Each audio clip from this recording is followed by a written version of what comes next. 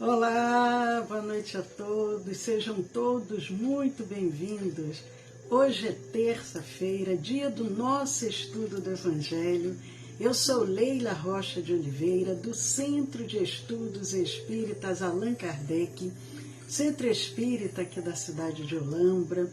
E hoje, como todas as terças-feiras, nós temos o nosso encontro às 20 horas, estudamos o Evangelho à luz da doutrina espírita. Hoje é dia 11 de outubro de 2022. Estamos em plena primavera, já se encaminhando para o verão. Nós vamos cumprimentando os amigos que vão chegando, os amigos encarnados, os amigos desencarnados, cumprimentando também com um abraço muito carinhoso aqueles que vão nos assistir depois, através dos nossos canais do YouTube, do Telegram, do Facebook, do Instagram.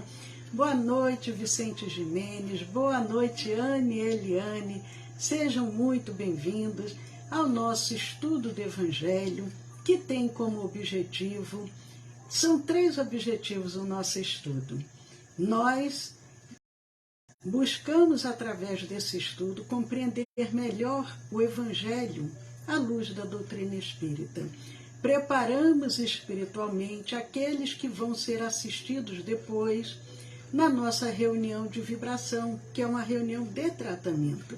E também os trabalhadores da nossa casa espírita, que enquanto estão assistindo o estudo, vão entrando nesse clima espiritual, vão sentindo a presença dos emissários divinos.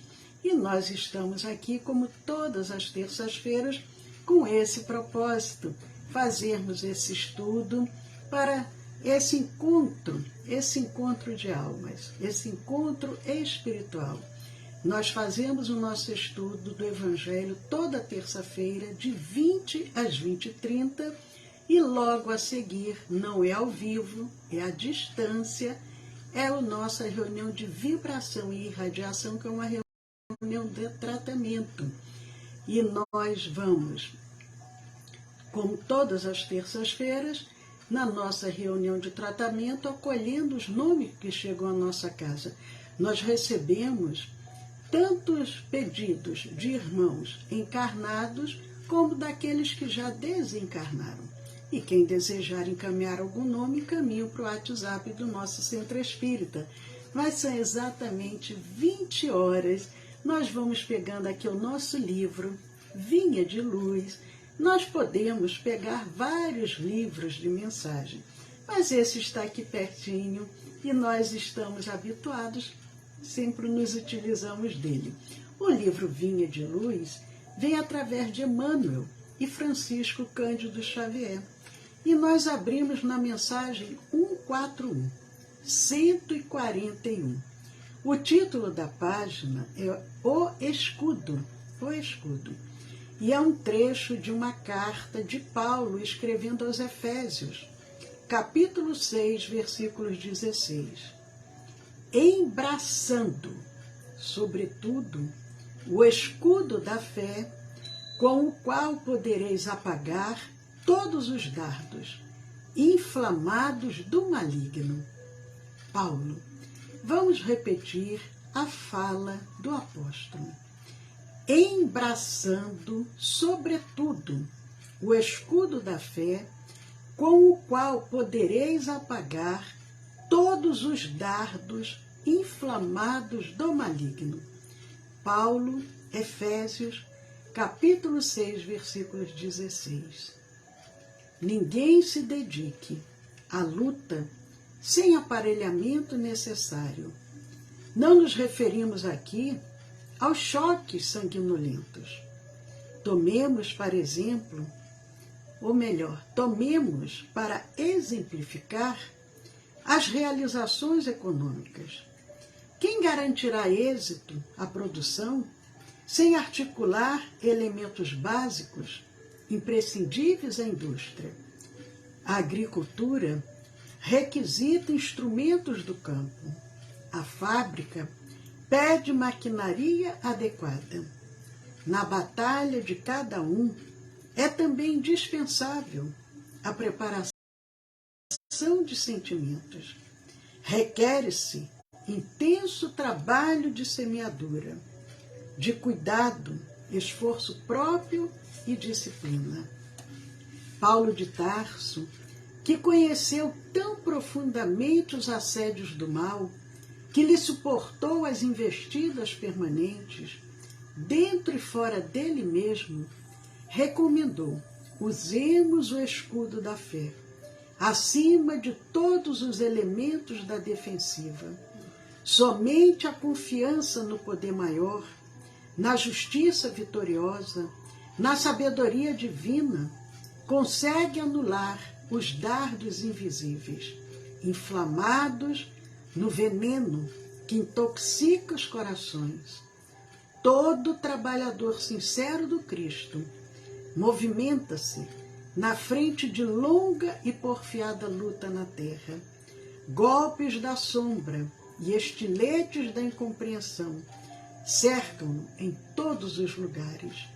E se a bondade conforta e a esperança ameniza, é imprescindível não esquecer que só a fé representa escudo bastante forte para conservar o coração imune das trevas. A mensagem 141 do livro Vinha de Luz, o escudo, embraçando sobretudo o escudo da fé, com o qual podereis apagar todos os dardos inflamados do maligno. Paulo, Efésios, capítulo 6, versículos 16. Vamos orar ao Senhor da vida.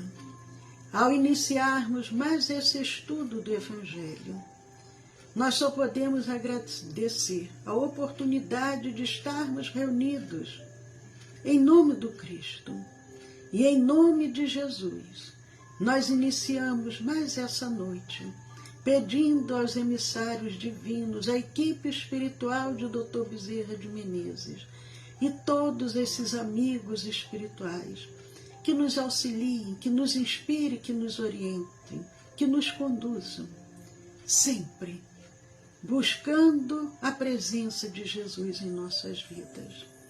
Muito obrigado, Senhor. Que assim seja.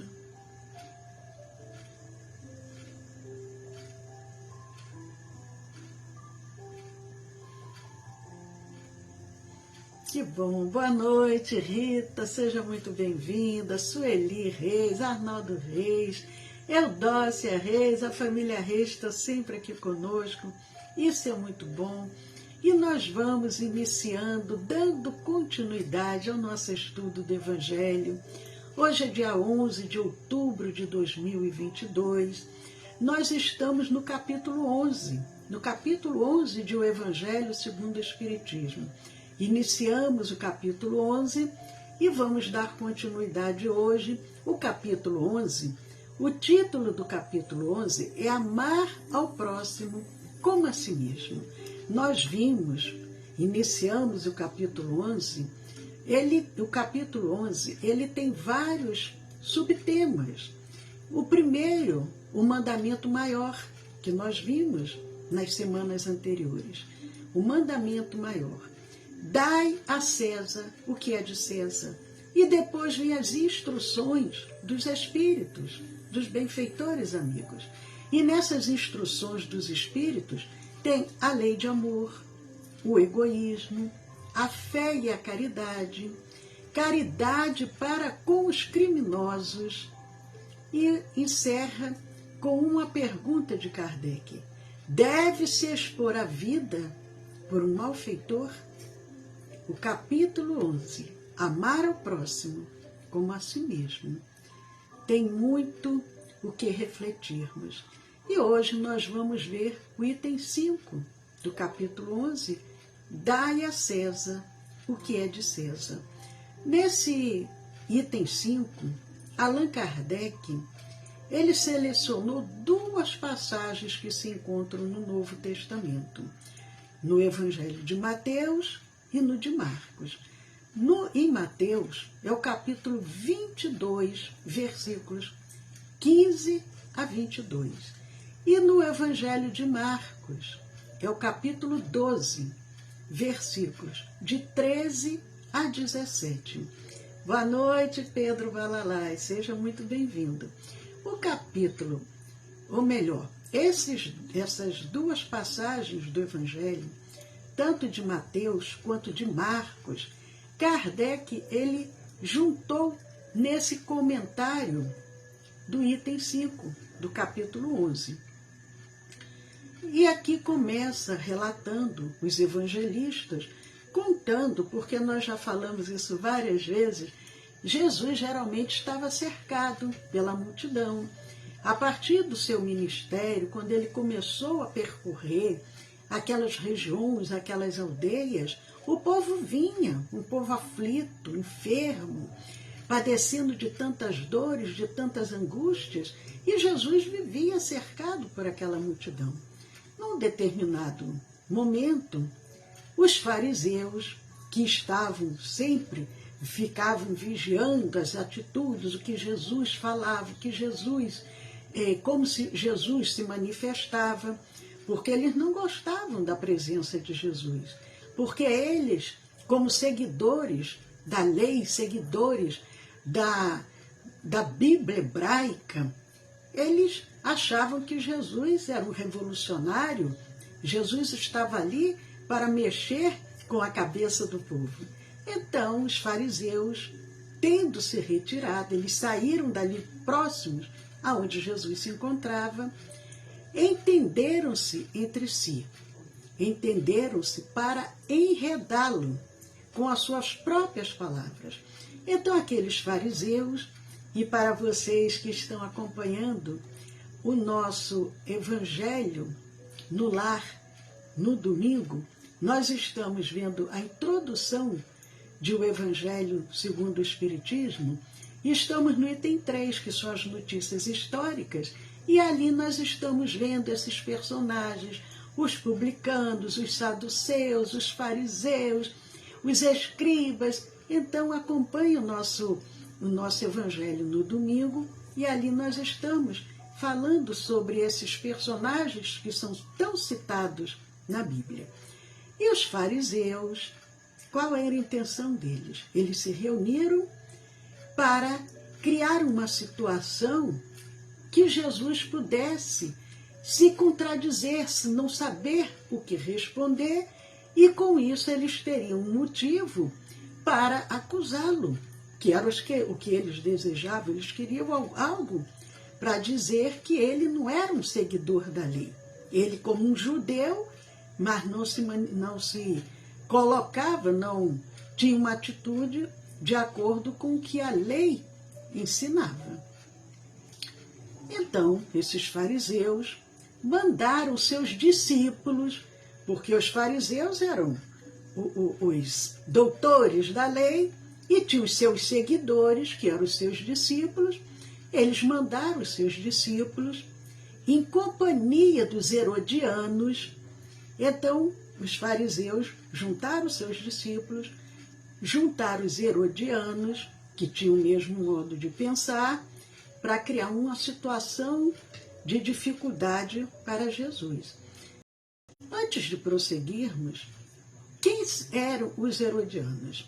Nós precisamos sempre ter o cuidado, porque nós sabemos que muitos desses personagens da história hoje, com toda a facilidade, com as gravações que são feitas, as filmagens, as anotações, muitas das vezes, depois há contradições, a própria pessoa diz, não, eu não falei isso, está lá gravado, foi colocado na TV, na internet, mas a pessoa diz, não, eu não falei, não foi bem isso que eu queria dizer. Imaginem coisas passadas há mais de 2.000 anos, 2.500, 3.000 anos.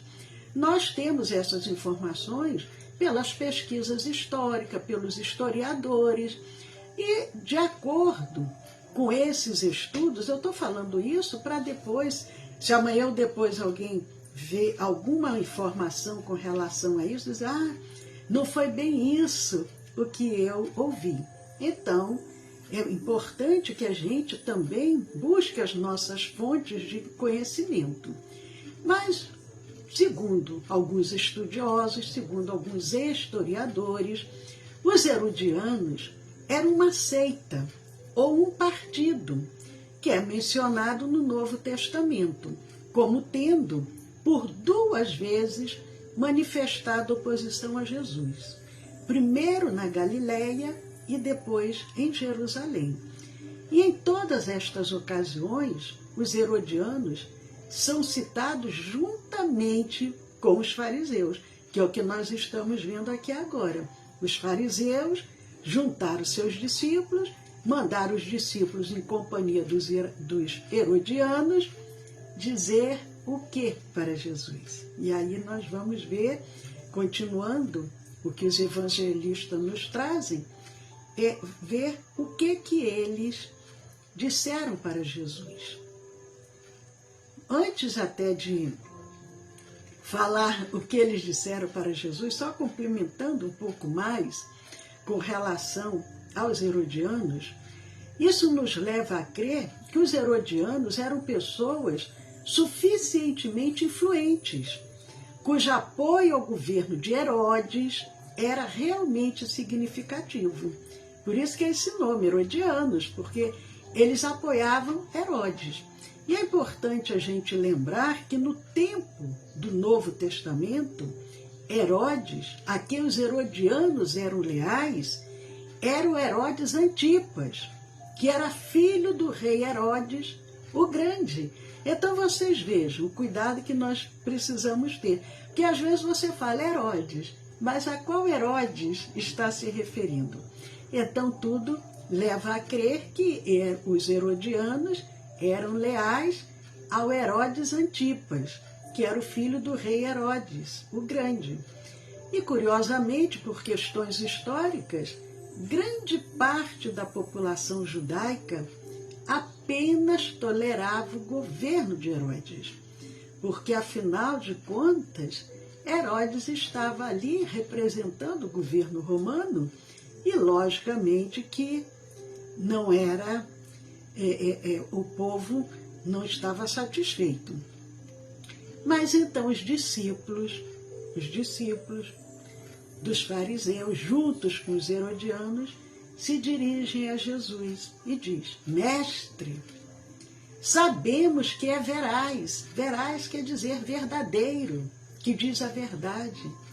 Sabemos que és veraz e que ensinas o caminho de Deus pela verdade, sem levares em conta a quem quer que seja, porque nos homens não consideras as pessoas. Eles queriam dizer o seguinte, e eles vêm com aquele jeitinho carinhoso, né? Mestre, um jeito respeitoso, e dizendo: você ensina a verdade, você não prioriza ninguém, porque você procura ser verdadeiro, ensinando o caminho de Deus. Então não é que ele não considera as pessoas, ele não faz separação entre as pessoas. Isso que eles querem dizer. E aí, prosseguindo, dize-nos, pois qual a tua opinião sobre isto? E aí eles vêm dizer qual é a opinião. É-nos permitido pagar ou deixar de pagar a César o tributo? Olha a pergunta. É-nos permitido pagar ou deixar de pagar o imposto de renda? Devemos pagar os impostos? Eles queriam colocar Jesus numa situação complicada. Se Jesus diz: deve pagar, então você é a favor de César, você é contra os judeus. Se diz: você não deve pagar, você é um rebelde, você está querendo criar uma revolução, uma separação, você está querendo criar uma guerra para que os romanos nos matem. Então vejam como que eles agiam. Mas a pergunta, repetindo a pergunta, é-nos permitido pagar ou deixar de pagar a César o tributo? Jesus, porém, que lhes conhecia malícia, respondeu. Jesus tinha hora que Jesus falava de uma forma bem firme. E aí Jesus fala, hipócritas, hipócritas, por que me tentais? Eles queriam colocar Jesus numa situação, mas só que eles não tinham a imaginação de quem era Jesus realmente. E aí Jesus fala, apresentai-me uma das moedas que se dão em pagamento do tributo. Tributo é uma contribuição monetária imposta pelo Estado ao povo. E essa contribuição pode ser sobre mercadoria, sobre várias coisas. Nós vimos, inclusive, ontem na nossa palestra, falando sobre o publicano, e ele cobrava os impostos em cima daquele bálsamo que era fabricado, aquela seiva daquela árvore que produzia aquele bálsamo, e em cima daquele bálsamo que era muito valioso, se pagava tributos, se pagava impostos. E Jesus diz, apresentai-me uma das moedas que se dão em pagamento do tributo.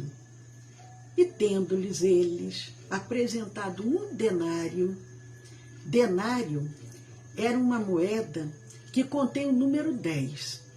Ela tem o número 10 por base. Era uma moeda romana da antiguidade e que correspondia a 10 asses. Asses, ou ais, em latim, era uma moeda romana de bronze e posteriormente de cobre, que era utilizado em circulação durante a República e o Império Romano. E essa moeda, o ais, o denário, ele correspondia, um denário correspondia a 10 asses. E Jesus diz, me apresente aí. Eles apresentaram um denário, perguntou Jesus, de quem são esta imagem e esta inscrição?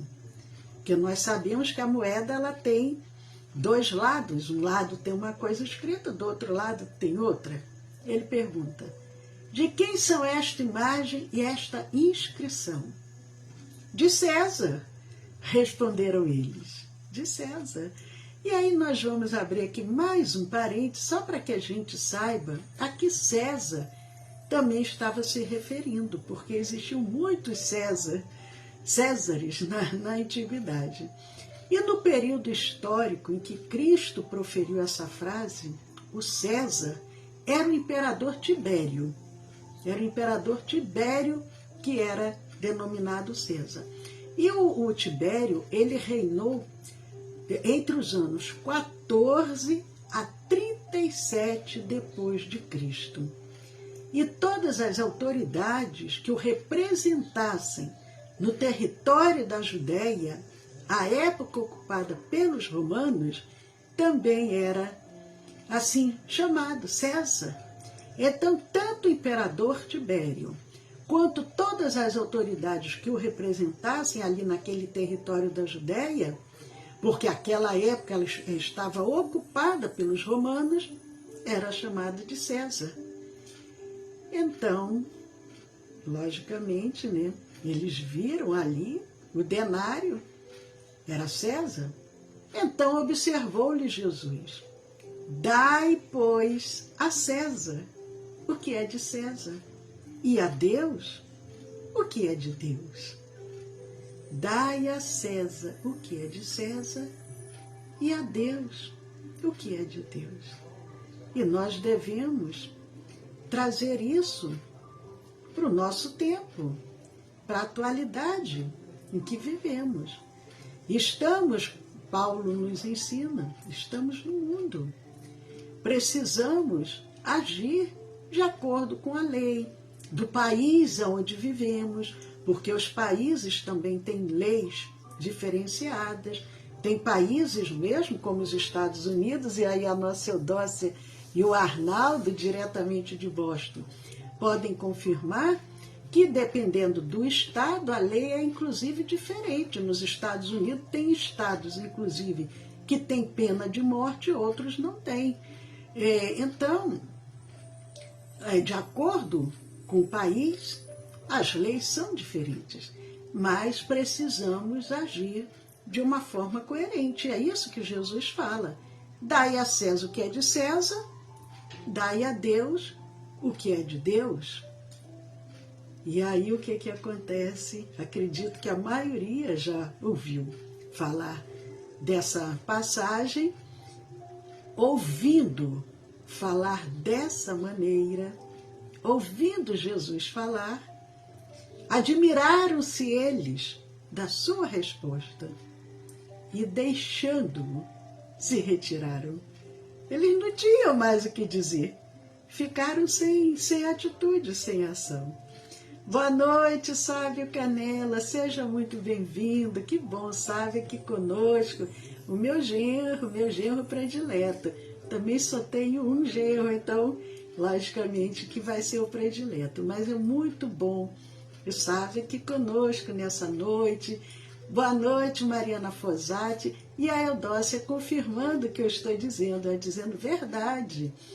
Mas, então, amigos, Jesus, ele se coloca dessa forma para os fariseus, para aqueles herodianos, e eles ficam sem atitude, porque eles ficam sem atitude diante da firmeza, diante da grandeza espiritual de Jesus, porque precisamos lembrar que Jesus é o Espírito mais perfeito, o Espírito puro, que já pisou no nosso planeta Terra, é o nosso governador espiritual.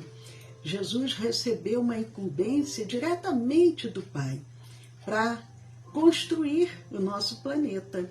Nosso planeta era aquela bolinha de fogo, Jesus já era um Espírito puro.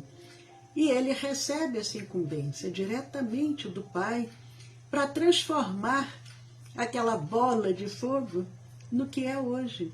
Nós ainda estamos como planeta, tanto como planeta geograficamente falando, como nós, como seres aqui encarnados e desencarnados, ainda no processo de evolução. O nosso corpo mesmo, o nosso corpo físico, ainda está em aprimoramento. Por isso que a gente sente tantas dores, dores na coluna, porque aqueles primeiros hominídeos eram tipo uns símios. Andávamos muito curvados, andávamos ainda com dificuldades. Então nós estamos ainda evoluindo o nosso corpo físico e evoluindo também o nosso espírito. E o nosso planeta também passando por essa transformação.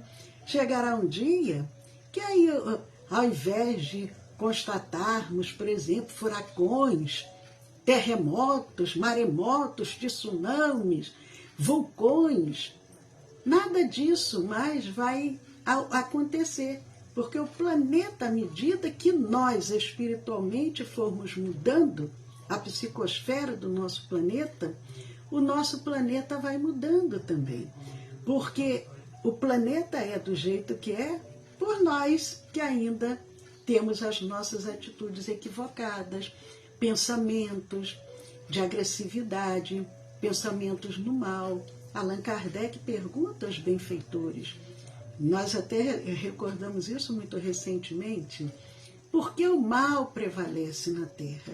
E eles dizem, pela omissão dos bons. Então nós precisamos fazer a nossa parte.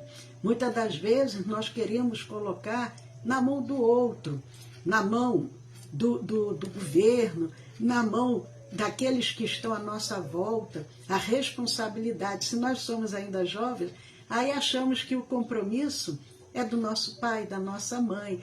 Quando às vezes temos um companheiro, aí achamos que o compromisso é do companheiro, da companheira, e esquecemos que, na realidade, cada um de nós é que estamos construindo tanto o nosso planeta, quanto construindo também espiritualmente a nossa vida.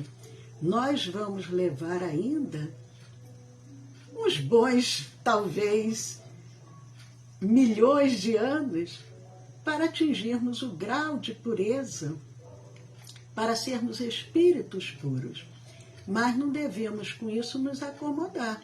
Ah, então deixa para a próxima, deixa para a próxima. Não, porque nós não sabemos quando é que nós vamos retornar à verdadeira vida, que é a vida espiritual, e quando que nós vamos ter oportunidade de voltar de novo.